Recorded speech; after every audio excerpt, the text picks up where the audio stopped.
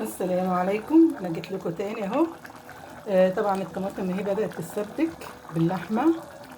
هحط عليها بقى ايه معلقه توم، معلقه توم مفرومه، معلقه توم كبيره كده. بصوا، معلقه توم كبيره كده. بصوا اهو، احطها عليها واروح ضايفه الباميه. الباميه انا مجمداها عندي في الثلاجه، انا قضيتها كلها اهي. بس ربع كيلو كده، حوالي ربع كيلو باميه، مش كتير يعني. او نص كيلو طماطم، او بردك ربع كيلو طماطم واتنين كده معايا، واحدتين طماطم وزنتهاش طبعا اهو.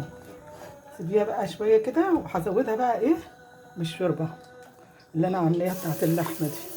طبعا اللحمه دي ضاني كانت عندي برضك خلاص اخر حته بقى. كل سنه وانتم طيبين. ان شاء الله على العيد الجاي بقى ان شاء الله، ربنا يدينا العمر يا رب.